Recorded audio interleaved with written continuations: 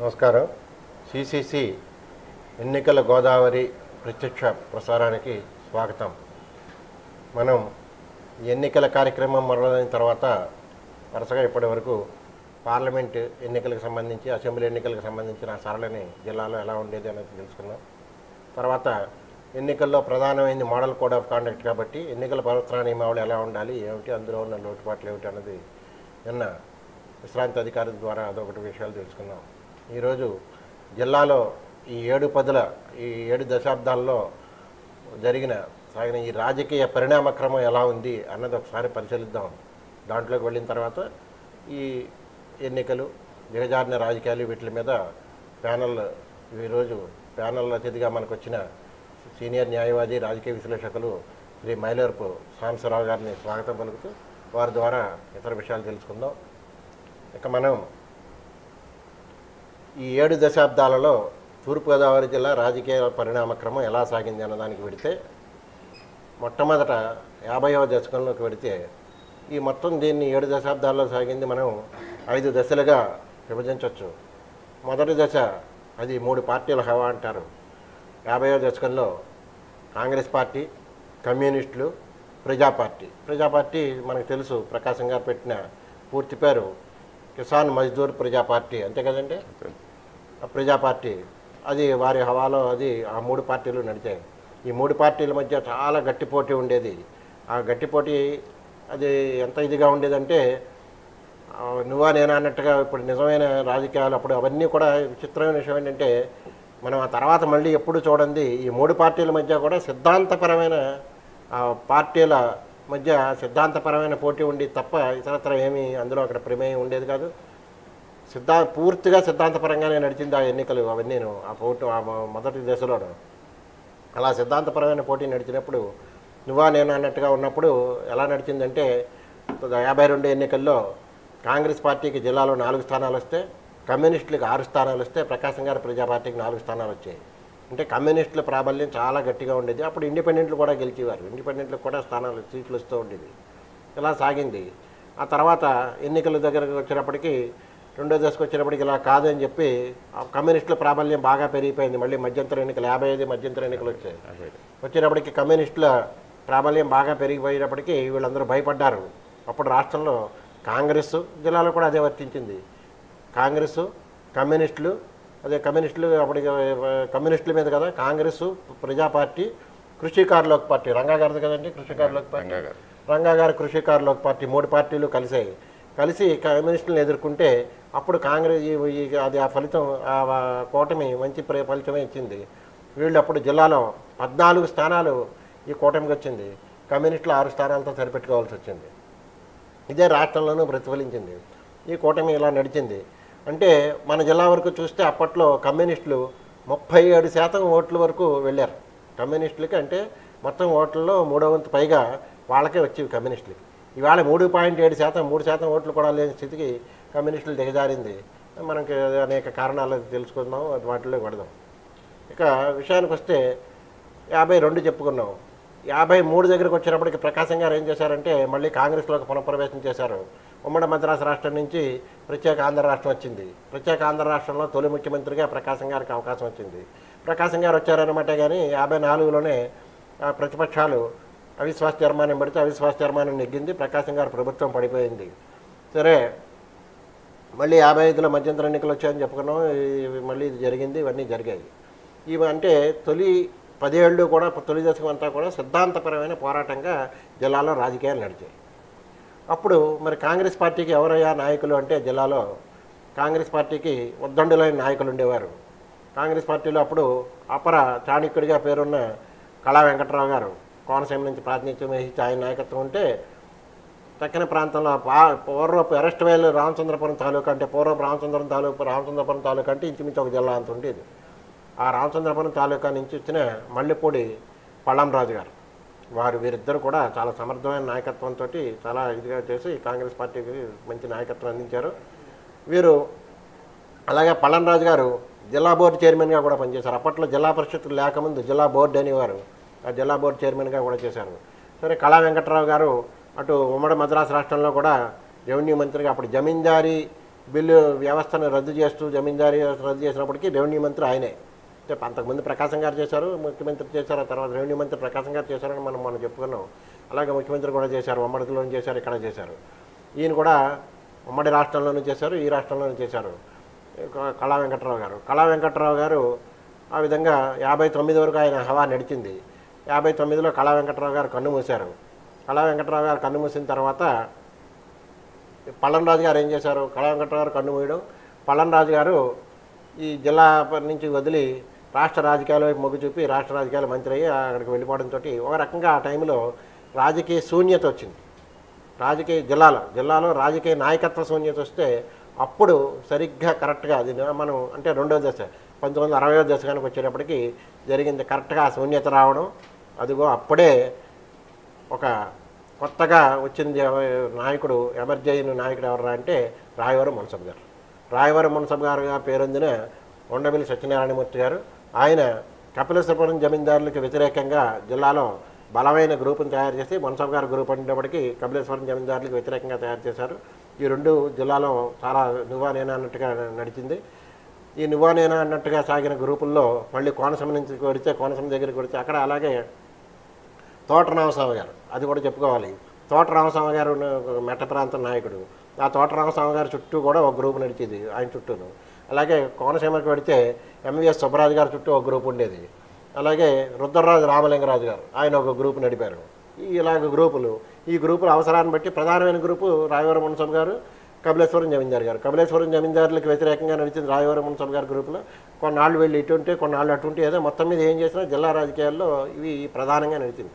జమీందారులు వ్యతిరేకం.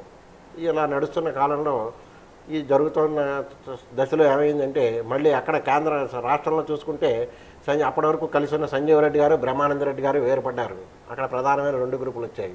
జిల్లాలో ఆయనకి ఎవరు చేరారు అంటే తోట రామస్వామి గారు సంజీవ్ రెడ్డి గారి వైపు చేరారు.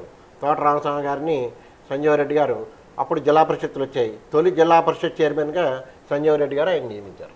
1959లోనే కదండి వచ్చింది. 59లో తొలి జిల్లా పరిషత్ చైర్మన్గా తోట రామస్వామి గారు బాధ్యతలు స్వీకరించారు. ఆయన తొలి జిల్లా పరిషత్ చైర్మన్ మనకి. తర్వాత అలాగే కోనసీమలో ఎంవిఎస్ సుబ్బరాజు గారు సంజీవ్ రెడ్డి గారికి అత్యంత నమ్మకస్తుడైన అనుచరుడు. ఆయన సుబ్బరాజు గారికి తిరుగులేదు సంజీవ్ రెడ్డి గారి దగ్గర. సహజంగానే మనం అనుకున్నాం కదా, ఎప్పుడైతే కళా వెంకట్రావు గారు కాలం చేశారో, కాలం చేసిన తర్వాత కోనసీమలో సుబ్బరాజు గారు, రుద్రరాజు, రామలింగరాజు బలమైన గ్రూపులుగా ప్రత్యర్థులుగా తయారయ్యారు. ఎప్పుడైతే సుబ్బరాజు గారికి సంజీవ్ రెడ్డి గారికి మన నమ్మకస్తులైన అనుచరుడు, సహజంగానే ఈ రుద్రరాజు రామలింగరాజు గారు బ్రహ్మానంద రెడ్డి గారు గ్రూపులో చేరారు.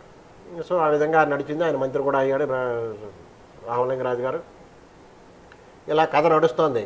ఈ కథ నడుస్తుంటే ఇక్కడే మనం చెప్పుకోవాలి కొన్ని ముచ్చట్లు. ఈ ముచ్చట్లు ఏమంటారు అంటే మనం ఇందాక చెప్పుకున్నాం, కళా వెంకట్రావు గారు అపర చాణక్యుడు అనేవారని. రుద్రరాజు రామలింగరాజు గారు మంత్రి అయ్యాడు. రుద్రరాజు రామలింగరాజు గారు మనకు అందరికీ తెలుసు అంతర్వేది దేవస్థానం భూముల్ని దాదాపు 1000 ఎకరాల పైగా ఆయన ఆక్రమించాడు అని ఒక పెద్ద ఇది నడిచింది. శాసనసభలో కూడా పెద్ద పోరు నడిచింది. నావే భూములు అంటాడు ఈయన, కాదు ఇవన్నీ ఆక్రమించినవి అని వీళ్ళు అంటారు. ఇది పెద్ద ఇష్యూ అయిపోయింది. మొన్నాడు సభలో చర్చనీయాంశం అయ్యి మొన్నాడు తీర్మానం పెడుతున్నారు. చెప్పాం కదా కమ్యూనిస్టుల ప్రాబల్యం గట్టిగా ఉందని. ప్రతిపక్షం తీర్మానం పెడుతున్న రోజుల్లో తలట్టు కూర్చున్నారు ఏం చేయాలని.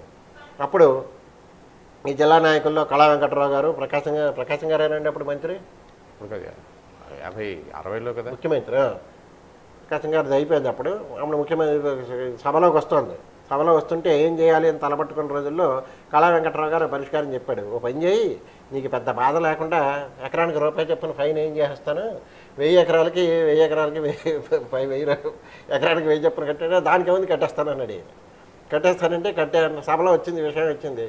ఈయన వెంటనే లేచి ఈయన రామలింగరాజు గారు ఎకరానికి 1000 చొప్పున కట్టేస్తానంటున్నాడు, ఎకరానికి రూపాయి చొప్పున 1000 ఎకరాలకి 1000 రూపాయలు కట్టేస్తానంటున్నాడు. ఈయన అనుకున్నాడు చౌకగా తేలిపోతుంది కదా అని అనుకున్నాడు. తీరా అక్కడ ఏమైంది ఆయన అర్థం చేసుకోని విషయం ఏంటంటే కట్టేసిన తర్వాత చెప్పారు, అంటే ఎకరానికి 1000 రూపాయలు చెప్పని నువ్వు కట్టేవంటే చూస్తూ అది నీది కాదని ఒప్పుకున్నట్టే కదా. ఆ తర్వాత తెలిసింది రాజకీయాలు ఎంత చతురంగా ఉంటాయి. ఒకళ్ళ కబ్జా చేసిన 1000 ఎకరాలని మళ్ళీ తిరిగి దేవస్థానం భూములుగా మార్చడానికి ఒక చిన్న ట్రిక్తో ఎంత బాగా ఇది చేశారనడానికి ఇది గొప్ప ఉదాహరణ. ఇది ఆయన రాజుగారు పాపం నిజం అనుకుని రూపాయే కదా అనుకుని కట్టాడు. వేళ ఆ రోజుల్లో రూపాయి ఎక్కువైనా సరే కూడా ఆ రోజుల్లో అలాంటి వాళ్ళకే తక్కువ. అది 1000 ఎకరాలకి 1000 రూపాయలకి వచ్చేస్తుంది 1000 ఎకరాలకు అనుకున్నాడు.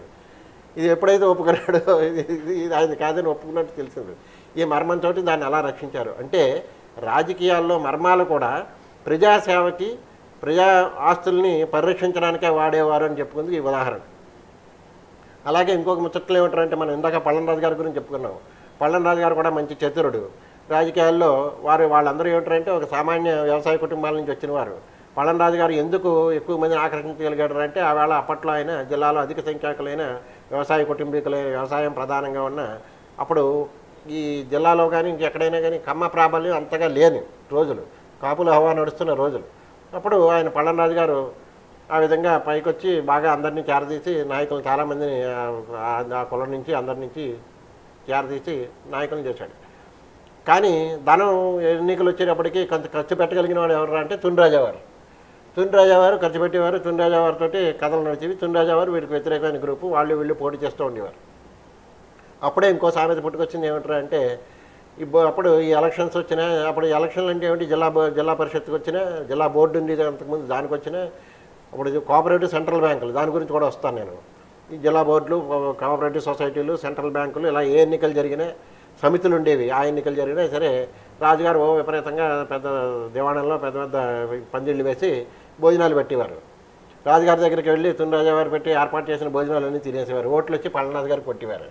అందుకనే అదో సామెత ఇంకోటి కూడా ఏమొచ్చింది అంటే జిల్లాలో భోజనాలు రాజుగారివి, ఓట్లు పళ్ళనరాజు గారి అని, రాజుగారి దగ్గర భోజనం చేసి ఓట్లేమో పళ్ళనరాజు గారికి వేసేవారని అదొకటి నడిచింది. ఇలా అంటే రాజకీయం నడిచినా ఏం చేసినా సరే కూడా అక్కడ ఏం జరిగిందిరా అంటే ఒక ఆలోచనతోటి ఒక పద్ధతితోటి జరిగింది తప్ప కుట్రలు కుతంత్రాలను లేవు. అయితే ఎప్పుడైతే 60వ దశకం వచ్చిందో 60వ దశకంలో కాంగ్రెస్ హవా తీవ్రంగా నడిచింది. రాష్ట్రంలోనూ నడిచింది, జిల్లాలోనూ మొత్తం అంతా కాంగ్రెస్ హవా పెరిగింది. కానీ కాంగ్రెస్లో అంతఃకలహాలు బాగా పెరిగిపోయాయి. మొదటి నుంచి కొంచెం కొంచెం ఉన్నా బాగా పెరిగిపోయాయి అంతఃకలహాలు. ఇందాక మనం చెప్పుకున్నట్టుగా ఈ గ్రూపులు, ఈ ఎక్కడికక్కడ గ్రూపులు, కోటరామస్వామి గారు ఒక గ్రూప్ అయితే, ఈ రాజులు ఇద్దరు చెరుకో గ్రూపు అయితే, ప్రధానంగా ఈ 2 గ్రూపులు అయితే ఇలా నడుస్తుంటే, ఈయన రాయవరం మున్సబ్ గారు కింగ్ మేకర్గా పేరుంది. ఆయన ఎప్పుడు పదవులను ఆయన ఆశించేవాడు కాదు. ఎంతసేపు జమీందారులను ఎదుర్కోవడానికి ఏం చేయాలి, ఏ అస్త్రాలను ఉపయోగించాలనడానికి. ఆయన జమీందారులను ఎదుర్కోవడానికి కూడా పెద్ద పెద్ద వాళ్ళు ఎవరినో తీసుకురాలేదు, సామాన్యులు అందరినీ తీసుకొచ్చాడు. పైగా ఆయన ఇంకోటి రాయవరం మున్సబ్ గారు ఏంటంటే ఆయన ప్రాతినిధ్యం వహించిన కమ్మ కులాన్ని గురించి ఎప్పుడూ ఆలోచించలేదు. ఆయన అందరినీ చేరదీశాడు, అన్ని కులాల నుంచి నాయకులను తయారు చేశాడు. ముఖ్యంగా ఆయన ఉండే ఏరియా రాయవరం ప్రాంతం అంతా రెడ్ల ప్రాబల్యం అధికంగా ఉన్న ప్రాంతం. వాళ్ళందరూ అవసరాలు చూసేవాడు, వాళ్ళ పనులు చేసి పెట్టేవాడు. సో రెడ్లందరూ కూడా ఈయన బలపరిచేవారు. అలాగే అన్ని కులాల నుంచి, కాపులని, శెట్టివల్జీలని, అన్ని రకాల అన్ని కులాల నుంచి, అగ్నికుల క్షత్రియులని, అన్ని కులాల నుంచి నాయకులు, ఇంకా చెప్పాలంటే ఎస్సీలోను అన్ని కులాల్లోనూ కూడా నాయకులందరినీ తయారు చేసి సొసైటీలకి అది తయారు చేసి ఆయన చేసి జమీందారులను ఆ విధంగా ఆయన ఎదుర్కొని కింగ్ మేకర్ అయ్యాడు. అలాగే ఇంకో దృష్టాంతం కూడా చెప్పుకోవాల్సిన ఏంటంటే, ఈయన చెప్పాం కదా, రాయవరం మున్సబ్ గారు బ్రహ్మానంద రెడ్డి గారికి చాలా అత్యంత సన్నిహితుడు. రాయవరం మున్సబ్ గారు ఏం చెబితే అది జిల్లాలో బ్రహ్మానంద రెడ్డి గారు చేసేవాడు. ఈ జిల్లాలో పలానా పని చేయమంటే బ్రహ్మానంద రెడ్డి గారికి చెబితే ఆయన వెంటనే చేసేసేవాడు. అది మంచా చెడా ఆలోచన ఏమీ లేదు. అది ఏంటంటే మున్సబ్ గారు చెప్పాడు చేసేయాలి. అలా ఉండేది మున్సబ్ గారు హవా. అలా అని ఆయన మున్సబ్ గారు రాజకీయం వరకే ఇది చేశాడు తప్ప అన్యాయం చేయడానికి, ఇంకో ప్రాంతానికి ఇచ్చేయడానికి వాళ్ళ ఆ రోజుల్లో వాళ్ళ ఆలోచనలు ప్రత్యర్థి వర్గాన్ని ఎదుర్కోవడం గురించే తప్ప వ్యక్తులకు నష్టం చేసే వ్యవస్థ లేదు అప్పట్లో. సరే, ఆ విధంగా నడిచినప్పుడు 64లో అనుకుంటాను, 1964లో ఈ కాంగ్రెస్ నాయకులందరూ కూడా బెంగాల్లో మహాసభలు జరుగుతుంటే బెంగాల్ బయలుదేరి వెళ్ళడానికి వాళ్ళు ఒక ప్రత్యేక రైల్లో వెళుతున్నారు. అది ఇప్పటికీ చెప్పుకుంటారు చరిత్రలో. ఆ ప్రత్యేక రైలుని ద్వారపూడి అనే చిన్న స్టేషన్లో ఆపి రాయవరం మున్సబ్ గారు ఆ రైలు మొత్తానికి ఆతిథ్యం ఇచ్చాడు. ఆ పక్కన ఉన్న రైలు ట్రాక్ నానుకుని ఉన్న పొలాల్లో పెద్ద పెద్ద పందిళ్ళు వేయించి వంటలు పెట్టించి, ఆ రోజుల్లో ఇప్పుడంటే మనకి ప్రతివాడికి వీధికి ఒక పలావ్ బండి వచ్చింది, కానీ ఆ రోజుల్లో అవన్నీ చాలా కష్టమైన పనులు. అలాంటి రోజుల్లో పసందైన వంటకాలతోటి, వెజిటేరియన్ నాన్ వెజిటేరియన్ వంటకాలతోటి అన్నింటితోటి చాలా గొప్ప విందు ఇచ్చాడని ఇవాళకి చెప్పుకుంటూ ఉంటారు. రాయవరం మున్సబ్ గారు చేసిన విందుని కామరాజు గారు, రైలు బృందా నాయకుడు కామరాజు గారేనండి, కామరాజు గారు, బ్రహ్మానంద రెడ్డి గారు నాకు గుర్తు కామరాజు గారనే అని అనుకుంటున్నాను, వీరు కూడా అన్నారు కనుక కామరాజు గారి బృందం అని వారు దాన్ని. ఆ కామరాజు నాడార్ గారు వెళ్తున్న రైలు బృందానికి అంటే కొన్ని వేల మందికి ఆయన ఆతిథ్యం ఇచ్చి అదొక పెద్ద ఇది, అది చరిత్రలో రాజకీయాల్లో అదొకటి చెప్పుకుంటూ ఉంటారు. ఇక జమీందారుల దగ్గరికి వద్దాం. జమీందారులు మొదట స్వతంత్రానికి ముందు నుంచి కూడా జమీందారులు రాజకీయాల్లో ఉన్నారు. వాళ్ళు జమీందారులు అప్పట్లో జస్టిస్ పార్టీలో ఉండేవారు. స్వాతంత్రం అనంతరం రాజకీయ పరిణామాలను బట్టి వాళ్ళు కాంగ్రెస్ని ఆశ్రయించారు. ఇందిర కూడా వీళ్ళని ఆదరించింది.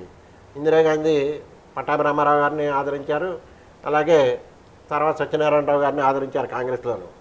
సరే, ఈ పట్టాభి రామారావు గారు సత్యనారాయణరావు గారు వాళ్ళు రాజకీయాల్లో పట్టాభి రామారావు గారు 52 నుంచి ఉమ్మడి మద్రాసు రాష్ట్రంలో చేశారు. ఆ తర్వాత మన రాష్ట్రంలోనూ ఆంధ్రప్రదేశ్లో చేశారు, ఆంధ్రాలోనే చేశారు, అన్ని చోట్ల చేశారు. ఒక సంజీవ్ రెడ్డి గారు దాంట్లోనే పట్టాభి రామారావు గారికి అవకాశం ఇచ్చినట్టు లేదండి, అంతే కదా. ఏమండి, సంజీవ్ రెడ్డి గారు ఆయనకి పెద్దగా ఆదరించలేదు, తక్కిన వాళ్ళందరూ ఆదరించారు. ఆ తర్వాత ఈయన 67 వరకు రాష్ట్ర రాజకీయాల్లోనే ఉన్నాడు. 67 తర్వాత ఆయన కేంద్ర రాజకీయాల్లోకి వెళ్ళిపోయి మళ్ళీ వెనక్కి రాష్ట్ర రాజకీయాలు చూడలేదు. కేంద్రంలో కూడా 3 సార్లు మంత్రి చేశాడు, 3 సార్లు ఆయన ఎంపీగా కూడా ఎన్నికయ్యాడు. ఆయన తర్వాత పట్టాభి రామారావు గారు ఒకసారి మంత్రి అవ్వడం, ఆయన మళ్ళీ ఆయన ఒకసారి ఎంపీ అవ్వడం, ఆయన కూడా ఇచ్చాడు. అలాగే మనం ఇందాక తోట రామస్వామి గారి గురించి చెప్పుకున్నాం. తోట రామస్వామి గారు తొలి మున్సిపల్ చైర్మన్ అయితే, జిల్లా పరిషత్ చైర్మన్ అయితే, తోట రామస్వామి గారు తర్వాత మళ్ళీ బ్రహ్మానంద రెడ్డి గారు ఆదరించి ఆయన మంత్రివర్గంలో తీసుకోగానే ఖాళీ వచ్చింది. అప్పుడు సత్యనారాయణరావు గారు జిల్లా పరిషత్ చైర్మన్ అయ్యారు. సత్యనారాయణరావు గారు ఎస్బీపీగా సత్యనారాయణరావు గారు చంటి ద్వారా 12 ఏళ్ళు జిల్లా పరిషత్ చైర్మన్గా ఉండి అనేక ప్రమాణాలతోటి జిల్లాలో, తూర్పుగోదావరి జిల్లాలో జిల్లా పరిషత్ స్కూల్ అన్నింటినీ పటిష్టపరిచి మంచి విద్యా వ్యవస్థను ఏర్పాటు చేసిన వాడు సత్యనారాయణరావు గారు. ఆయనకి విద్యా వ్యవస్థ అంటే ఇది గొప్ప ఇది ఉంది సత్యనారాయణరావు గారు. అలాగే ఏ ప్రాంతానికి ఆ ప్రాంతం నాయకులు ఎదిగారు అనుకున్నాం కదా, వాళ్ళు కూడా అప్పట్లో విద్యా వ్యవస్థని పటిష్టపరచాలనే ఉద్దేశంతో సత్యనారాయణరావు గారు పెద్దాపురంలో మన ఈ వత్సవాయి మహారాణి గారి పేరిట SRVBHJB మహారాణి కాలేజీ ఆయన అలా స్థానిక ఉన్న నాయకులతోటి మొప్పని వారితో కలిసి అక్కడ ఒక కళాశాల పెట్టారు. BSM కాలేజీ అని చెప్పి ఆయన పేరు మీదే ఉండవల్లి సత్యనారాయణమూర్తి కళాశాల అని చెప్పి రామచంద్రపురంలో అదొక ప్రతిష్టాత్మక కళాశాల వచ్చింది. తర్వాత పెద్దాపురం దానికి మళ్ళీ కోనసీమలో SKBR కోనసీమ బానోజీ రామర్స్ కాలేజీ అని చెప్పి ఇవన్నీ చాలా ప్రతిష్టాత్మక సంస్థలు. అంటే రాజకీయ నాయకులు వాళ్ళ గ్రూపులు, వర్గాలు, ప్రాబల్యాలు ఎలా ఉన్నా సరే కూడా తక్కిన విషయాలన్నీ కూడా పట్టించుకునేవారు. ప్రజారోగ్యం గురించి ఆలోచించేవారు, విద్య గురించి ఆలోచించేవారు. ఇలాంటివన్నీ చెప్పుకోవడానికి ఏంటంటే అప్పట్లో వెలిసిన ఇవన్నీ ఏంటంటే అవన్నీ ఏడేడు వ్యవస్థలు కొన్ని లక్షల మందికి అది ఉపాధి కల్పించి ప్రత్యక్షంగా పరోక్షంగా అక్కడి నుంచి విద్యావంతులే బయటకు వచ్చి వాళ్ళ ఉపాధి కలిగిన ఇలాగా వాళ్ళ ఆలోచనలు అలా ఉండేవి అని చెప్పుకోవడం కోసం మనం క్లుప్తంగా వీటికి వెళ్ళాం. దీనికి వెళ్ళిన తర్వాత 70వ దశకంలోకి వద్దాం. 70వ దశకంలోకి వస్తే ఇందిరప్రభ నడిచింది. అప్పుడు ఇందిరప్రభ మనకు తెలుసు. ఇందిరప్రభలో ఇంకా గ్రూపులు అవి ఎలా ఉన్నాయి, కాంగ్రెస్లో ఎలా నడిచాయి, ఇవన్నీ మనం చూసుకుంటే తర్వాత మనం కమ్యూనిస్టుల గురించి కూడా చెప్పుకున్నాం కదా. జిల్లాలో కమ్యూనిస్టుల హవా నడిచినప్పుడు అసలు జనానికి తెలియని విషయం ఏంటంటే అప్పుడు కమ్యూనిస్టులు అన్నది ఫస్ట్ కాంగ్రెస్ సోషలిస్టుల్లో భాగంగా కమ్యూనిస్టులు ఉండేవారు. ఆ తర్వాత కమ్యూనిస్టులు విడిపోయారు. కమ్యూనిస్టులు విడిపోయిన తర్వాత జిల్లాలో ఫస్ట్ తొలి కార్మిక వర్గ పితామహుడుగా, కార్మిక వర్గ నేత, వాళ్ళ గురించి, వాళ్ళ ఆశయాల గురించి, వాళ్ళ సమస్యల గురించి పోరాడిన కార్మిక ఉద్యమ నిర్మాత జిల్లాలో ఎవరు అంటే మద్దూరు అన్నపూర్ణయ్య గారు. మద్దూరు అన్నపూర్ణయ్య గారు వెలిగించిన విప్లవ జ్యోతిని మద్దూరు అన్నపూర్ణయ్య గారు అల్లూరి సీతారామరాజుతో కూడా అంత్యవచ్చని మనకు తెలుసు. ఆ విప్లవ జ్యోతిని పట్టుకుని చిలికాని రామారావు గారు, పందిరి మల్లికార్జునరావు గారు, మన చిట్టూరి ప్రభాకర్ చౌదరి గారు, GS బాలాజీదాస్ గారు, ముల్లపూడి సూర్యాణి గారు, ఇలా ఇత్యాదులందరూ కలిసి దీన్ని కార్మిక శక్తిని విస్తరించారు ఇక్కడ జిల్లా అంతటా. అటువంటి కార్మిక శక్తి ఇప్పుడు ఎలా ఉందో మనం చూసుకున్నాం. 37% వెళ్ళింది, 3% లోపలికి వచ్చేసిందని. ఇది కమ్యూనిస్టుల వరకు వస్తే నాయకత్వం, దాని వ్యవస్థ, అది చెలికాని రామారావు వీళ్ళందరూ చేసిన వ్యవస్థ. ఇక ప్రజాపార్టీ ప్రకాశం గారు దాని గురించి చెప్పుకున్నాం. వాళ్ళకి ఆయన కలిశారు. ప్రకాశం గారితోనే ఇదే ప్రజాపార్టీకి మరి నాయకులు ఎవరు జిల్లాలో అంటే చాలా ఉద్దండులైన స్వతంత్ర సమరయోధులు AB నాగేశ్వరరావు గారు, కోవిల్ లింగరాజు గారు గొప్ప స్వతంత్ర సమరయోధులు. వీళ్ళు కూడా మంత్రులు చేసిన వాళ్ళు, పార్లమెంటరీ సెక్రటరీలు చేసిన వాళ్ళు. వీళ్ళందరూ ఇక్కడ జిల్లాలో ప్రకాశం గారు ప్రజాపార్టీకి నాయకత్వం వహించేవారు. కోనసీమలో నడింపిల్లి రాంభద్రరాజు గారు, ఆయన కూడా ప్రకాశం గారు అంత్యవాసిగా ఉండి ప్రజాపార్టీకి అక్కడ ఆయన గొప్ప నాయకుడిగా ఆయన వెలుగొందారు. వీళ్ళందరూ కూడా అలాగే ఇది ఒక వ్యవస్థ అయితే జిల్లాలో రాజకీయాలన్నీ కూడా వేళ కోఆపరేటివ్ సెంట్రల్ బ్యాంకులోనే ఒక వ్యవస్థ ఉండేది. ఆ కోఆపరేటివ్ సెంట్రల్ బ్యాంకుల చుట్టూ తిరిగాడు. కోఆపరేటివ్ సెంట్రల్ బ్యాంకులు కోనసీమలో కోఆపరేటివ్ సెంట్రల్ బ్యాంకుని కళా వెంకటరావు గారే స్థాపించారు. అది అమలాపురం కేంద్రంగాను. రామచంద్రపురంలో రాయవరం మునసబ్ గారు కోఆపరేటివ్ సెంట్రల్ బ్యాంక్ రాజకీయాలని అక్కడే ఆయన కేంద్రం, అక్కడే ఉండేవాడు ఆయన. 24 గంటలు కోఆపరేటివ్ సెంట్రల్ బ్యాంకే ఆయనకి కార్యస్థానం, రాజకీయాలకైనా దేనికైనా మరొకటైనా ఆయన ఒక మీకు కోనసీమలో అలా ఉన్నా రాయవరం మునసబ్ గారు ఎక్కడున్నా సరే కూడా కోనసీమలో కూడా ప్రభావితం చేసి ఇలాగా రాజకీయాలు నడిపాడు ఆయన. అలా అన్ని చోట్ల జిల్లా అంతాను. అలాగే రాయవరం మునసబ్ గారికి అన్నీ ఉండేవి. మృగయా వినోదం కూడా ఉండేదని చెప్పుకునేవారు ఆయనకి. మృగయా వినోదం అంటే వేట కూడా చేసేవారు ఆయన, వేటాడేవారు. ఆయనకి అంత స్వేచ్ఛాజీవి, చక్కగా అందరినీ ఆదరించారు, చేరదీశారు, రాజకీయాలు నడిపి కింగ్ మేకర్గా ఉన్నాడు. సరే, ఆయన ఈ కోఆపరేటివ్ సెంట్రల్ బ్యాంకులో మరి మూడోది bank Kakinada cooperative central bank. దానికి తోటరామస్వామి గారు, మెట్ట నాయకులందరూ ఉండేవారు. తోటరామస్వామి గారు వీళ్ళందరూ ఆ బ్యాంకు చుట్టూ రాజకీయాలు నడిచేది. రాజమహేంద్రవరంలో, రాజమండ్రిలో మరొక కోఆపరేటివ్ సెంట్రల్ బ్యాంక్ ఉండేది. ఈ కోఆపరేటివ్ సెంట్రల్ బ్యాంకుకి పరిధి ఎక్కువ వెస్ట్ గోదావరిలో ఉండేది, పోలవరం వరకు కూడా ఉండేది కదండి. ఏటిపట్టు, పోలవరం ఇలాంటి ప్రాంతాలన్నింటికీ కూడా ఇది. సో మొత్తం మీద ఏంటంటే అప్పుడు రాజకీయాలన్నీ కోఆపరేటివ్ సెంట్రల్ బ్యాంకుల చుట్టూ నడిచేవి. తర్వాత కోఆపరేటివ్ సెంట్రల్ బ్యాంకులు అన్నది పోయి జిల్లా కేంద్ర సహకార బ్యాంక్ అని ఒక వ్యవస్థ వచ్చింది. తర్వాత పరిణామక్రమం అనుకోండి దాని ఇది వ్యవస్థ. సో 70వ దశకం అయింది. ఇది అయిన తర్వాత 80వ దశకానికి వద్దాం. 80వ దశకంలో తొలినాళ్ళ తర్వాత సరే ఇందిరాగాంధీ కదా నడవడం, 80 ఇందిరాగాంధీ ఉండగానే ఎన్టీ రామారావు ఒక ప్రభంజనంగా అప్పుడు ఒక భ్రష్టు పట్టిన వ్యవస్థను చూసిన తర్వాత ఎన్టీ రామారావు గారు తెలుగుదేశం పార్టీ స్థాపించడం. ఆ స్థాపించిన వెంటనే రాష్ట్రం అంతా ఇది చేసింది. జిల్లా మొత్తంలో కాంగ్రెస్ పార్టీ తుడిచిపెట్టిపోవడం. ఎన్టీ రామారావు గారు చాలా విస్తృతమైన పర్యటన చేయడమే కాకుండా ఒక ఏ నాయకుడు అప్పటి వరకు తిరగనట్టుగా ఆయన మొత్తం అంతా ప్రజల్లోకి రావడం. సరే, అదొక ప్రభంజనం. ఆ ప్రభంజనంలో తూర్పుగోదావరి జిల్లా చాలా అధికంగా స్పందించింది. ఇక్కడ నెగ్గిన వాళ్ళు అందరూ కూడా చాలా తొలిసారిగా బుచ్చయ్య చౌదరి గారు నెగ్గి అప్పటి నుంచి ఇప్పటి వరకు కూడా హవా కొనసాగిస్తున్నారు. అలాగే యనమల రామకృష్ణ గారు అక్కడ తునిలో ఆయన 6 సార్లు వరుసగా ఆయన నెగ్గారు. ఇది కథ, ఇది తెలుగుదేశం కథ. ఇది ఇప్పుడు 4 దశలు అయ్యాయి కదా. మరి 5వ దశ ఏమంటారు అంటే తెలుగుదేశాన్ని మనం 2గా చెప్పుకోవాలి. మొత్తం జిల్లా రాజకీయాల్ని 2గా చేద్దాం.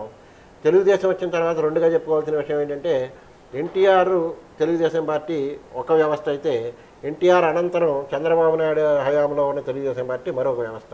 ఎన్టీ రామారావు గారు కొన్ని ఆశయాలతోటి, కొన్ని సిద్ధాంతాలతోటి భ్రష్టు పట్టిన వ్యవస్థను ఏదో కొంచెం బాగు చేయాలనే ఉద్దేశంతో, పేదవాడికి అన్నం పెట్టాలని, వాడికి కూడు గూడు నీడ అని ఒక నినాదంతో ఇందిరాగాంధీ గరీబీ హఠాం అని నినాదం ఇచ్చి ఊరుకుంటే నిజం చేసి చూపిద్దాం అనుకుని వచ్చాడు.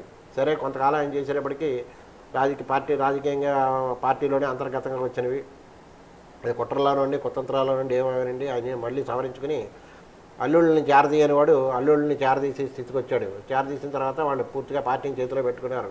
ఆయన ఆశయాలకు తూట్లు పొడిచారు.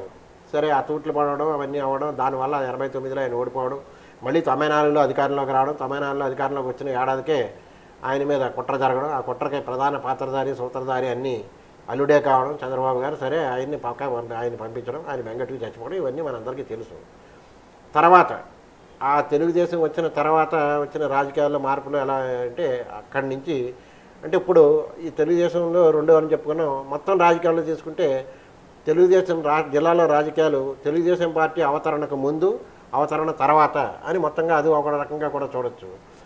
ఈ విధంగా చూసినప్పుడు ఇది వచ్చిన తర్వాత మొత్తం దేశం మొత్తం మీద అత్యధిక ధనం ఎన్నికల్లో ఖర్చు పెట్టే పేరు సంతరించి పెట్టారు మన రాష్ట్రానికి తెలుగుదేశంలో వచ్చిన నవతరం నాయకులు. చాలా ఇది మొత్తం దేశం అంతటికే అంటించారు ఈ జాడ్యాన్ని. మనం అలాగే ఆ రాజ్యాన్ని అలాగే మనం అక్కడి నుంచి ఎన్టీ రామారావు గారు 1 కిలో 2 రూపాయల బియ్యం పథకాన్ని మాత్రమే అరుగు తెచ్చి అది ప్రవేశపెడితే, ఆ తర్వాత ఈ ఫ్రీ బైస్, ఈ ఉచిత సంతర్పణ పథకాలన్నింటినీ తీసుకొచ్చి ఎన్నికల్లో ఓట్లు కొల్లగొట్టడం అనే వ్యవస్థ కూడా బాహాటంగా తలుపులు తీశారు. ఇది ఒకటి నడుస్తుంది, ఇదో కథ. అయితే మరి పాత నాయకులు వాళ్ళ జిల్లాల గురించి ఆలోచించిన వాళ్ళందరినీ చెప్పుకున్నాం. ఆ తర్వాత వచ్చిన నాయకుల్లో మరి జిల్లా గురించి ఆలోచించిన వాళ్ళు ఎవరు లేరా అంటే ఉన్నాడు. తెలుగుదేశంలో ఒకే ఒక్క నాయకుడు మనం పేరు సగర్వంగా చెప్పుకోగలం. ఆయన జిఎంసీ బాలయోగి గారు, గంటి మోహన చంద్ర బాలయోగి. ఆయన్ని రాజకీయాల్లోకి ప్రోత్సహించి తీసుకొచ్చిన వారు యనమల రామకృష్ణ గారు.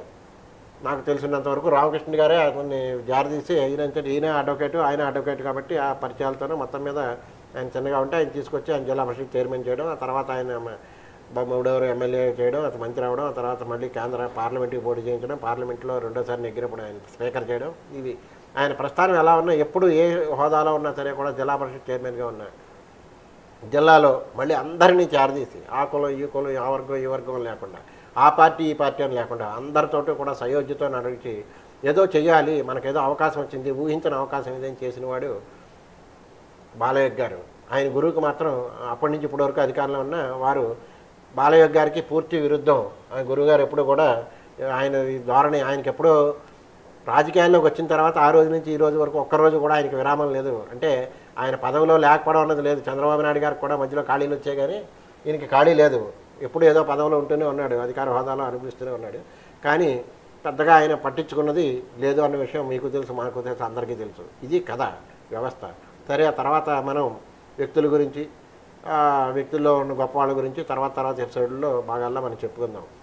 ఇది జిల్లాలో పరిణామక్రమం ఎలా జరిగింది అన్న దానికి క్లుప్తంగా 70 ఏళ్ల ప్రస్థానాన్ని తీసుకుని దీన్ని 5 విభాగాలుగా చేసుకుని మనం ముచ్చరించుకున్నాం. ఇప్పుడు సాంబశివరావు గారితో మనం మాట్లాడే ముందు చిన్న విరామం.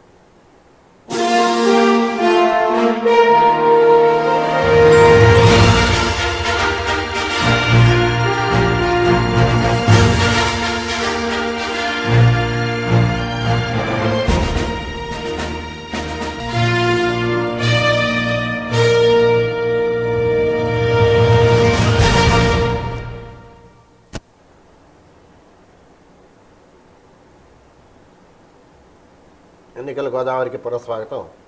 సాంబశివరావు, మీరు చూస్తున్నారు రాజకీయాల్లో విలువలు ఎలా దిగజారుతూ వచ్చాయో, దేశంలో ఎలా దిగజారే, రాష్ట్రంలో ఎలా దిగజారే, అలాగే మన జిల్లాలో ఎలా ఉన్నాయో అన్నది చెప్పుకుంటూ వచ్చాం. ఇప్పుడు ఈవేళ పరిస్థితి ఏంటంటే, ఒకడో పార్టీలో నెగ్గుతాడు, ఆ పార్టీ పదవి వదలడు, నెగ్గింది ఇంకో పార్టీలో చేరిపోతాడు, ఆ పార్టీకి రాజీనామా చేయడు, ఈ పార్టీలో మంత్రి అయిపోతాడు. వీడి మా పార్టీలోంచి వెళ్ళిపోయాడు, వీడి సంగతి చూడండి అని చెప్పి పిటిషన్ పెడతాడు. 4 ఏళ్ళు అయినా దానికేసి చూడండి స్పీకరు. ఇది వ్యవస్థ. ఇది అసలు ఎలా చేయొచ్చా? దీంట్లో ఉన్న నైతికత ఏమిటి? దీంట్లో ఉన్న చట్టబద్ధత ఏమిటి? తర్వాత ఇది ఒకటి ముందుగా ఈ విషయం కొంచెం క్లారిటీ మీరు ఇస్తే జనానికి ఎందుకు అసలు అలా ఉండొచ్చా, ఏళ్ల తరబడి అలా పెట్టుకుని ఉండొచ్చా? మీరు చెప్పిందే దాంతో ముఖ్యమైన విషయం గమనించవలసింది ఏంటంటే, ప్రస్తుత సమాజంలో కానీ ఎక్కడైనా సరే అందరికీ కూడా గత వైభవం గురించి చెప్తున్నారు, కానీ మనమంతా భ్రష్టు పట్టిపోయామని చెప్తున్నారు. ఒక ఉద్దేశం ఉంది. గత రాజకీయ పరిణామాలు మనం పరిశీలించి చూసినట్టయితే అప్పటికీ ఇప్పటికీ నాకు పెద్దగా తేడా ఏం కనపట్లేదు. మీరు 1952 ఎన్నికల నుంచి మొదలెట్టారు. 1952 ఎన్నికల్లో ఉమ్మడి మద్రాసు రాష్ట్రంలో కాంగ్రెస్ పార్టీ అధికారంలోకి వచ్చి ముఖ్యమంత్రిని చేసే అవకాశం లేదు. ఆ రోజుని కమ్యూనిస్ట్ పార్టీ అధికారంలోకి వచ్చేస్తుంది. కమ్యూనిస్ట్ పార్టీని అధికారంలోంచి రాకుండా చేయడానికి ఏం చేశారు? ప్రెసిడెంట్ ఆఫ్ ఇండియా అంటే గవర్నర్ జనరల్ ఆఫ్ ఇండిపెండెంట్ ఇండియాగా చేసిన రాజగోపాలాచారి గారిని తీసుకొచ్చి ఆయన కూర్చోబెట్టారు. రాజగోపాలాచారి గారికి అప్పుడు అసెంబ్లీలో కూడా మెజార్టీ లేదు, కానీ మెజార్టీ లేకపోయినా రాజగోపాల్ కూర్చున్నట్టయితే ప్రభుత్వాన్ని నడపచ్చు అనేటువంటి ఆ ధీమాతో ఆయన తీసుకొచ్చి కూర్చోబెట్టారు. ఒక విధంగా ప్రస్తుత పరిస్థితిలో పరిశీలించినట్టయితే అది కూడా అనైతికమే. అంచేత మీరు చెప్పినట్టుగా ప్రస్తుతం భ్రష్టు పట్టిపోయింది అని చెప్తున్నారు చూసారా, అది కూడా ఒక విధంగా మనం పునఃపరిశీలించుకోవాలి. రాజకీయ పరిణామాల్లో అలా చేస్తుంటారు, అలాగని పూర్తిగా సమర్థించట్లేదు నేను. రెండోది 1952లో అయిపోయిన తర్వాత ఆంధ్ర రాష్ట్రం ఏర్పడి కర్నూలు రాజధానిగా ఏర్పాటు చేసినప్పుడు అప్పుడు ఏమైంది? ప్రకాశం పంతులు గారు ప్రజాపార్టీ అని పట్టుకున్నాను ఆయన ఏం చేశారు? ఆయన కాంగ్రెస్లోకి చేరారు. అప్పుడు మీరేమంటారు? అది భ్రష్టు పట్టిపోవడం. ప్రస్తుత పదాలు చెప్పాలంటే అది గట్టిగానే మాట్లాడతారు. ఆ ఎన్నికల్లో ఓట్ ఆఫ్ కాన్ఫిడెన్స్ వచ్చినప్పుడు ఒక్క ఓటు తేడాతో వచ్చింది, ఓడిపోయారు ఆయన. మరి అది భ్రష్టు పట్టుకోవడమేనంటారా? సో ఇలాగ చూసుకొచ్చినట్టయితే అవి ఉంటాయి. మళ్ళీ 55 మధ్యంతర ఎన్నికలు వచ్చే టైంకి ఎవరు వాళ్ళే విడిపోయారు. విడిపోయి మొత్తం కమ్యూనిస్టులు నెగ్గేస్తారు. ప్రస్తుతం రాష్ట్రంలో ప్రపంచంలో వచ్చే ప్రథమ కమ్యూనిస్టు ప్రభుత్వం ఇక్కడ అవుతుంది, ఆంధ్రాలో అవుతుంది అనుకుని చెప్పారు. కమ్యూనిస్టులు ఓడించడానికి మొత్తం అందరూ ప్రకాశం గారితో సహా అందరూ కలిసిపోయి మళ్ళీ చేశారు. అది అంతే కదా. సో ఇక పోయినట్టయితే రంగా గారు మీరు చెప్పారు ప్రజాపార్టీ గురించి. రంగా గారు ప్రజాపార్టీలో ఉండడం, ప్రజాపార్టీ ఇదిలో కలవడం, ప్రజాపార్టీలు మారడం ఎన్నిసార్లు జరిగాయి? మరి అది భ్రష్టు పట్టించుకోవడమే కదా. ఇక సోషలిస్ట్ పార్టీల గురించి చేసుకొచ్చినట్టయితే దేశవ్యాప్తంగా సోషలిస్ట్ పార్టీలు ఎన్నిసార్లు చీలాయి, వాళ్ళ ప్రభుత్వాన్ని వాళ్ళు ఎన్నిసార్లు ఓడించుకున్నారు, ఇందులో మళ్ళీ ఎవరెవరితో కలిశారు, అది భ్రష్టు పట్టించుకోవడమే కదా. 1962 ఎన్నికల తర్వాత 63వ సంవత్సరంలో పార్లమెంట్లో సరైన ప్రతిపక్షం లేకపోతే 3-4 ఎవరంటే రామ్మోహన్ లోహియా, వీళ్ళందరూ జేబీ కృపలాని ఇలాంటి పెద్ద పెద్ద నాయకులందరూ కూడా ఉప ఎన్నికల్లో పార్లమెంటుకి పోటీ చేసి నెహ్రూ గారిని కించపరచడానికి ఆయన దింపడానికి ప్రయత్నం చేశారు. అప్పుడు ఈ రామ్మోహన్ లోహియా అనే సోషలిస్ట్ నాయకులు ఎవరితో చెదగట్టారు? మళ్ళీ హిందుత్వ పార్టీ అనే జనసంఘతోనే కట్టారు. అంచేత ఇవన్నీ మీరు చూసినట్టయితే ఈ పార్టీలు మార్చడం అందులోకి వెళ్ళడం అనేది సహజంగా జరుగుతున్నాయి. అది సిద్ధాంతపరంగా జరిగిందా, లేకపోతే రాష్ట్ర దేశ ప్రయోజనాల గురించి జరిగిందా, లేకపోతే అవకాశం కోసం వాడు చేస్తారనే దాని గురించి చరిత్ర నిర్ణయించాల్సిన వ్యక్తి. అంచేత ఈ రోజు మనం అంత భ్రష్టు పట్టిపోతున్నాం. కరెక్టే. అప్పుడు వాళ్ళు ఏం చేసినా సిద్ధాంతపరంగా చేసినా, లేకపోతే పార్టీ గురించి చేసినా, దేశం గురించి చేసినా సంపాదనే ధ్యేయంగా ఇవి జరగల. సంపాదనే ధ్యేయంగా జరుగుతున్నాయి. సంపాదన ధ్యేయంగా అన్న పక్కన పెట్టుకుంటే అధికారం కోసం ఇప్పుడు చేస్తున్నారు. అప్పుడు ఎంతో కొంత ఏదో తీసుకొచ్చినట్టయితే దేశానికో రాష్ట్రానికో ప్రాంతానికో ఉపయోగపడుతున్న ఉద్దేశంతో ఇప్పుడు చేసేవారు. ఇప్పుడు అధికారం ఎందుకంటే ప్రస్తుతం అధికారం అనేటువంటిది కేవలం ప్రజలకు సేవ చేయడం కాకుండా తన సొంత ఉపయోగాల కోసం ఉపయోగించుకుంటున్నారు. దాని గురించి వస్తుంది. అంచేత ఈ చారిత్రక పరిణామాల్లో ఇలాగ ఈ పార్టీ నుంచి ఆ పార్టీకి మారిపోవడం అన్నీ కూడా జరుగుతూ ఉంటాయి. ఎన్నికల్లో వేరువేరుగా పోటీ చేసినా సరే తీసుకొచ్చి చేయడం జరుగుతుంది. కాంగ్రెస్ పార్టీ గురించి చెప్పారు. కాంగ్రెస్ పార్టీలో పాపులర్గా ఉన్న లీడర్ని సీఎం చేయకుండా ఇంకోటి ముఖ్యమంత్రిగా చేసేవారని చెప్పారు. ఏంటంటే చారిత్ర అది అవసరం ఉంది. దక్షిణాది రాష్ట్రాలు 4 రాష్ట్రాలు ఉన్నాయనుకోండి, 4 రాష్ట్రాలను ఒక్కలొస్తుండే ముఖ్యమంత్రిగా చేయడం సాగదు. ఒకప్పుడు మీరు చూసినట్టయితే దక్షిణాది రాష్ట్రాల్లో కాంగ్రెస్ పార్టీ అధికారంలో ఉన్న అన్ని దక్షిణాది రాష్ట్రాల్లో బ్రాహ్మడే చీఫ్ మినిస్టర్ కింద ఉండేవాడు. అది తప్పు అని చెప్పి వాడు ఏం చేసేవారు, అతనికి పాపులారిటీ ఉన్నా సరే తీసేసి ఇంకో వాడిని పెట్టేవారు. ఎందుకంటే సామాజిక నేపథ్యంలో. అలాగే మీరు నార్త్ ఇండియాకి వెళ్ళారనుకోండి, అక్కడ ట్యాగూర్స్ అనుకోండి 3-4 రాష్ట్రాల్లో ఏకంగా వాడే పరిపాలించే పరిస్థితి వస్తే పక్కన పెట్టి ఇంకోటి తీసుకొస్తారు, రాజ్పుట్స్. అంటే ఇవన్నీ కూడా ఏంటంటే మొత్తం దేశ ప్రయోజనాలు రాష్ట్ర ప్రయోజనాలు దృష్టిలో చేసుకునేటువంటి సమీకరణలో అదే పార్టీలో జరగచ్చు, లేకపోతే వివిధ పార్టీలతో జరగచ్చు. దాన్ని అంచేత పూర్తిగా తప్పు పట్టేసి చేయడం అనేది ఒక విధంగా ఇప్పుడు ఏదో చాలా పాడైపోయింది, పూర్వం గత వైభవం ఉంది అని చెప్పుకోవడం కూడా నేను దాన్ని అంచేత ముందు మనకి ఈ ప్రస్తుతం మనలోకి ఉండేటి నిస్పృహ అది కూడా తొలగించుకున్నట్టయితే రాజకీయం ఇంకొక మారుతూ ఉంటుంది. ఇప్పుడు దీని గురించి చెప్పండి. ఒక్కసారి వాడు పార్టీ ఫిరాయించి వాడు ఇక్కడ రాజీనామా ఇవ్వకుండా అక్కడికి వెళ్ళి అక్కడ పదవులు తీసుకోవడం, దాని మీద పిటిషన్ కంప్లైంట్ ఇస్తే స్పీకర్ ఏళ్ల తరబడి పట్టించుకోకపోవడం, దీన్ని ఏమంటారు? దీన్ని సదుద్దేశంతో పెట్టినట్టు యాంటీ డిఫెక్షన్ కాన్స్టిట్యూషన్ అమెండ్మెంట్ని దుర్వినియోగపరుస్తున్నారు. అంతకుమించి చెప్పలేదు. అందులో యాంటీ డిఫెక్షన్ దాంట్లో కూడా కొన్ని లోపాలు ఉన్నాయి. ఎందుకంటే VP Singh government Janata government అక్కడ ఏర్పాటు చేసినప్పుడు జనతాదళ గవర్నమెంట్ అప్పుడు అంతకుముందు ఆయన వీపీ సింగ్ గారు రాజీవ్ గాంధీ ప్రధానమంత్రిగా ఉన్నప్పుడు ఒక విప్ జాయిన్ చేశారు. నువ్వు పార్లమెంట్లో ఈ విధంగా మాట్లాడేదని చెప్పి. పార్లమెంట్లో ఈ విధంగా ఓటు వేయమడం వేరు, పార్లమెంట్లో నువ్వు మాట్లాడేప్పుడు ఈ విధంగా మాట్లాడని చెప్పింది ఒక విధంగా చెప్పాలంటే పార్లమెంట్ యొక్క సభ్యుడియో లేకపోతే లెజిస్లేటివ్ సభ్యుడిదో వాడి వాక్ స్వాతంత్రాన్ని అరికట్టడమే. అంచేత అది కూడా తప్పే. పార్లమెంట్ సభ్యుల కింద ఉన్నవాళ్ళు పార్టీని వ్యతిరేకిస్తూ కూడా మాట్లాడచ్చు. చివరికి ఓటేసేప్పుడు ఏం చేస్తారంటే విప్ కావాలంటే పెట్టుకోవచ్చు. ఉదాహరణకి మీకు ఈ మధ్యన పేపర్లో చదివాను, నెహ్రూ గారు పాకిస్తాన్ చైనా దురాక్రమణ యుద్ధం వచ్చినప్పుడు వాడు ఏదో ఒక కొంత భూభాగం ఆక్రమించేసినట్టయితే ఆ భూభాగం మనకు ఉన్నా లేకపోయినా పర్వాలేదు, ఎందుకంటే అక్కడ గడ్డి కూడా మొలవదు అని చెప్పేట ఆయన. చెప్తే మహావీర్ త్యాగి అని చెప్పి ఆయన పెద్ద కాంగ్రెస్ నాయకుడు ఆ రోజుల్లో ఎంపీ కింద ఉన్నప్పుడు ఆయన లేచి చెప్పేట, నా తల మీద వెంట్రుక కూడా మొలవదు, నా తల ఇచ్చేయమంటావా అని చెప్పి. మరి రామ్మనోహర్ లోహియా అన్నాడు, నీ తల మీద బోడి కొట్టుకాయ కదా. రామ్మోహన్ లోహియా కాదండి, రామ్మోహన్ లోహియా చెప్పింది రామ్మోహన్ లోహియా చాలా విషస్గా ఉంటాయి. ఆయన అంచేత కాంగ్రెస్ పార్టీ చెప్పాడు. మరి ఈ రోజుల్లో ఈ యాంటీ డిఫెక్షన్ లాస్లో అలా మాట్లాడడం లేదని ఇప్పించినా సరే చూస్తారు. అంచేత కొన్ని ఉన్నాయి. ఇకపోతే పార్టీలు మారడం అనేది చూసారా, పార్టీ అంటే ఏమిటి, పార్లమెంటరీ పార్టీయా లేకపోతే పొలిటికల్ పార్టీయా? సపోజింగ్ ఇదే వచ్చింది, స్ప్లిట్ అంటే split in the political party అది split in the parliamentary party. అదే పార్లమెంటరీ పార్టీలో ముందు స్ప్లిట్ రాకుండా పార్టీ విడిపోయిందంటే మరి వై రామకృష్ణ గారు ఉపయోగించిన అస్త్రం ఇది. చంద్రబాబు నాయుడికి శ్రీరామరక్ష ప్రజలు కాదు, ఆయన చేసిన ఇది కాదు. శ్రీరామరక్ష ఎప్పుడు యనమల రామకృష్ణుడే. ఆయన పెట్టిన భిక్ష వల్ల ఆయన ముఖ్యమంత్రిగా అప్పుడు మళ్ళీ కొనసాగాడు, ఇంకా కూడా కొనసాగలుగుతున్నాడు. అంటే పార్టీ స్ప్లిట్ అయిపోయిందన్నాడు. పార్టీ మెంబర్ అందరూ కూర్చుని ఎన్టీ రామారావు అధ్యక్షుడికి తీసేసి ఇంకొన్ని ఏమన్నా అధ్యక్షుని చేసామన్నారు. వాటి ద్వారా విప్ వచ్చేస్తే దాన్ని చేస్తారు. ఆ రిట్ పిటిషన్ పెండింగ్ అవ్వలేదు. సో దాని విధంగా లేదు సార్. ఆ రోజున రిట్ పిటిషన్ పడేసిన వాడు నాకు గుర్తుమటుకు మన బుచ్చయ్య చౌదరి గారే రిట్ పిటిషన్ పడేశారు. దాని మీద డిసిషన్ తీసుకోలేదు. అంచేత సుప్రీంకోర్టు వాళ్ళు 2 విషయాలు పరిశీలించారు. సుప్రీంకోర్టు జడ్జిమెంట్లో ఉన్నారంటే స్పీకర్ ఏ డిసిషన్ తీసుకున్నా సరే దాన్ని మళ్ళీ తప్పో ఒప్పో చెప్పే రైట్ మాకు ఉందన్నారు. కానీ స్పీకర్ ఎన్ని రోజుల్లో తీసుకోవాలి, దానికి ఏం చేయాలనే దాని మీద ఇప్పటిదాకా సుప్రీంకోర్టులో తీర్పు రాలేదు. సుప్రీంకోర్టులో తీర్పు రావడం ఎందుకు? స్పీకర్కి డెసిషన్ తీసుకోవాల్సిన అవసరం ఉందా లేదా? వాడికి నైతికత ఏమిటి? ఏళ్ల తరబడి అలా పెట్టి కూర్చొని 5 ఏళ్ళు అయిన తర్వాత నైతికత ఉందా లేదా అంటే నైతికంగా వ్యవహరిస్తారనే రాజ్యాంగంలో రాజ్యాంగంలో వీళ్ళు ఇంత దుర్మార్గులు అవుతారు అని వాళ్ళు ఊహించి ఉంటారు, లేకపోతే దానికి కూడా తారీఖు పెట్టి ఉండేవారు. ఇప్పుడు పార్లమెంట్ చేసిన చట్టాన్ని సుప్రీంకోర్టు కొట్టేయచ్చు. సుప్రీంకోర్టు చేసినటువంటి తీర్పుని కావాలంటే పార్లమెంట్ దాన్ని సవరించవచ్చు. అంటే అది చెక్స్ అండ్ బ్యాలెన్సెస్ రాజ్యాంగ వ్యవస్థలో తప్పదు. అంచేత స్పీకర్ నైతికంగా ఎందుకు పనిచేయాలి? స్పీకర్ నైతికంగా పనిచేసినా అది నైతికమో అనైతికమో చెప్పడానికి ఇంకో అథారిటీ ఉండాలి, దాన్ని సుప్రీంకోర్టుకు పెడతారు. అంచేత స్పీకర్ ఎందుకు చేయలేదని కాకుండా ఆ యొక్క హక్కుని రాజ్యాంగం ద్వారా అమెండ్ చేసి కోర్టుకి, సుప్రీంకోర్టుకో హైకోర్టుకో ఇవ్వడం, లేకపోతే సుప్రీంకోర్టు వరే తీర్పు ద్వారా దాన్ని తీసుకురావడం చేస్తే మంచిదే అని చెప్తున్నాను.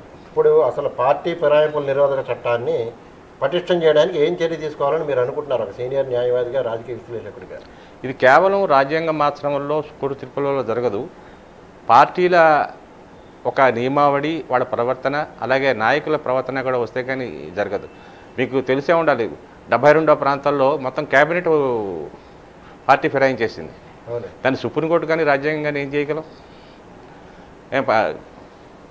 జార్జ్ ఫెర్నాండెజ్ మొరార్జీ దేశాయ్ గవర్నమెంట్లో ఇండస్ట్రీస్ మినిస్టర్గా చేసిన దాంట్లో సాయంకాలం ఈ టైం వేళకి మొరార్జీ దేశాయ్ గారి గవర్నమెంట్ పూర్తిగా డిఫెండ్ చేస్తూ పన్నాడు పొద్దున్న వచ్చి ఆయనకు వ్యతిరేకంగా ఓటేశాడు. దాన్ని పార్టీ ఫిరాయింపు. జార్జ్ ఫెర్నాండెజ్ అంత గొప్ప నాయకుడే ఆ విధంగా చేశాడు అన్నట్టయితే, అంచేత ఇందులో కేవలం పార్టీలకి నైతిక నియమావళి ఉండాలి, చట్టాలు కూడా మార్చాలి. కానీ దీనివల్ల కేవలం పార్టీ ఫిరాయింపులు మారిపోతాయని చెప్పి నేను ఊహించట్లేదు. పార్టీ ఫిరాయింపులు రాజకీయంగా కానీ మరో కారణం వల్ల జరుగుతూనే ఉంటాయి. దానికి ప్రజలే తగిన వచ్చే ఎన్నికల్లోనూ ఎక్కడో బుద్ధి చెప్పవలసి ఉంటుంది.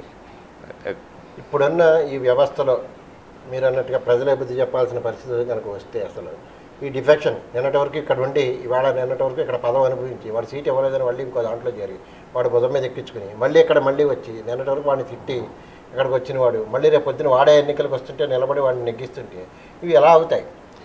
మీరు వచ్చేది యాంటీ డిఫెక్షన్ అంటే ఇప్పుడు ఎన్నికల ముందర జరిగే ఎన్నికల ముందు జరిగేది. ఇది పూర్వం పార్టీలు కలిసే మారేవాళ్ళగా ఇప్పుడు వ్యక్తులు మారుతున్నారు అంతే. నేను ఇందాక చెప్పే కదా, ఎన్నికల తర్వాత అయితే ఎన్నికల ముందర పొత్తులు, రాజకీయ వైరుధ్యాలు అంటే సిద్ధాంతపరమైన వైద్యాలు అన్న వాళ్ళు కూడా పొత్తులు పెట్టుకున్నారు. అది ముందు జరుగుతున్నాయి, ఇప్పుడు ఎన్నికలు జరిగిన తర్వాత కూడా జరుగుతున్నాయి. ఎందుకు జరుగుతున్నాయని చెప్పినట్టయితే ఈ ఎన్నికలు కేవలం కొంతమందే పోటీ చేయగలరు, వాళ్ళే నెగ్గగలరు అనేటువంటి ఒక అభిప్రాయం సృష్టిస్తున్నారు, ప్రజల్లో కూడా ఉంది. నేను కొత్త రక్తం ఎప్పుడైతే వచ్చిందో ప్రతి ఎన్నికలకి మార్చి ఇంకో ప్రతి పార్టీ ఇంకో క్యాండిడేట్ పెట్టుకోవడం, అయితే ఈ పోయిన అక్కడ మాట చేసినట్టయితే ఈ పాదుకుపోయి నియోజకవర్గంలో నేనే మొగాడిని ఇంకెవరూ లేరు అని చెప్పేటువంటి తత్వం మారుతుంది. దాని గురించి రాజకీయ పార్టీలు ఇప్పుడు కూడా నవరక్తం తెచ్చుకుంటే కొత్త వాళ్ళని తీసుకొచ్చినట్టయితే చెప్పాలి. మీరే చెప్పారు 83 నుంచి ఈ రోజు దాకా మనకు రాజమండ్రి అసెంబ్లీ కాన్స్టిట్యూన్సీలో ఒకటే క్యాండిడేట్ ఒక పార్టీకి. అంచేత ఈ వ్యవస్థ అంటే ఉన్నాయి, లేకపోతే పార్టీల్లో కూడా ఉన్నాయి. అంచేత నెగ్గడానికి ఆయనే సమర్థుడు, ఆయనే చేయగలడు. సమర్థత అంటే ఏమిటో మనకు అర్థం అవ్వట్లేదు. ఒకటి డబ్బుతోనే నెగ్గగలడు అని చెప్పడం కూడా తప్పుతుంది. అంచేత ఈ రొటేషన్ కింద అట్లీస్ట్ పార్టీలు అనేది ధైర్యం చేసుకుని ప్రతి ఎన్నికల్లోనూ కొత్త రక్తాన్ని ఎక్కించుకుంటూ పోయినట్టయితే ఇతనే ఉండి అన్ని పార్టీలకు తిరిగేటువంటి దురదృష్టమైన పరిస్థితి రాదు. మొత్తం ఈ సమస్యలన్నింటికి పార్టీ ఫిరాయింపులు అవనివ్వండి, లేకపోతే ఫిరాయింపుల నిరోధక చట్టాన్ని అమలు చేయలేకపోవడం వల్ల అవనండి, లేకపోతే ఎన్నికల ముందు కప్పదాట్లు అవనండి, వీటన్నింటికీ ఏకైక పరిష్కారం పార్టీలు ఎప్పటికప్పుడు నవరక్తాన్ని ఎక్కించాలి, యువతకి ప్రాధాన్యం ఇవ్వాలి. ఒక్కడికే సంవత్సరాల తరబడి దత్తం చేసేసి ఆ నియోజకవర్గం వాడి కుటుంబానికో లేకపోతే ఇంకో దానికో కట్టబెట్టేసినట్టుగా చేయకుండా ఉంటే కొంతవరకు వీటికి పరిష్కారం.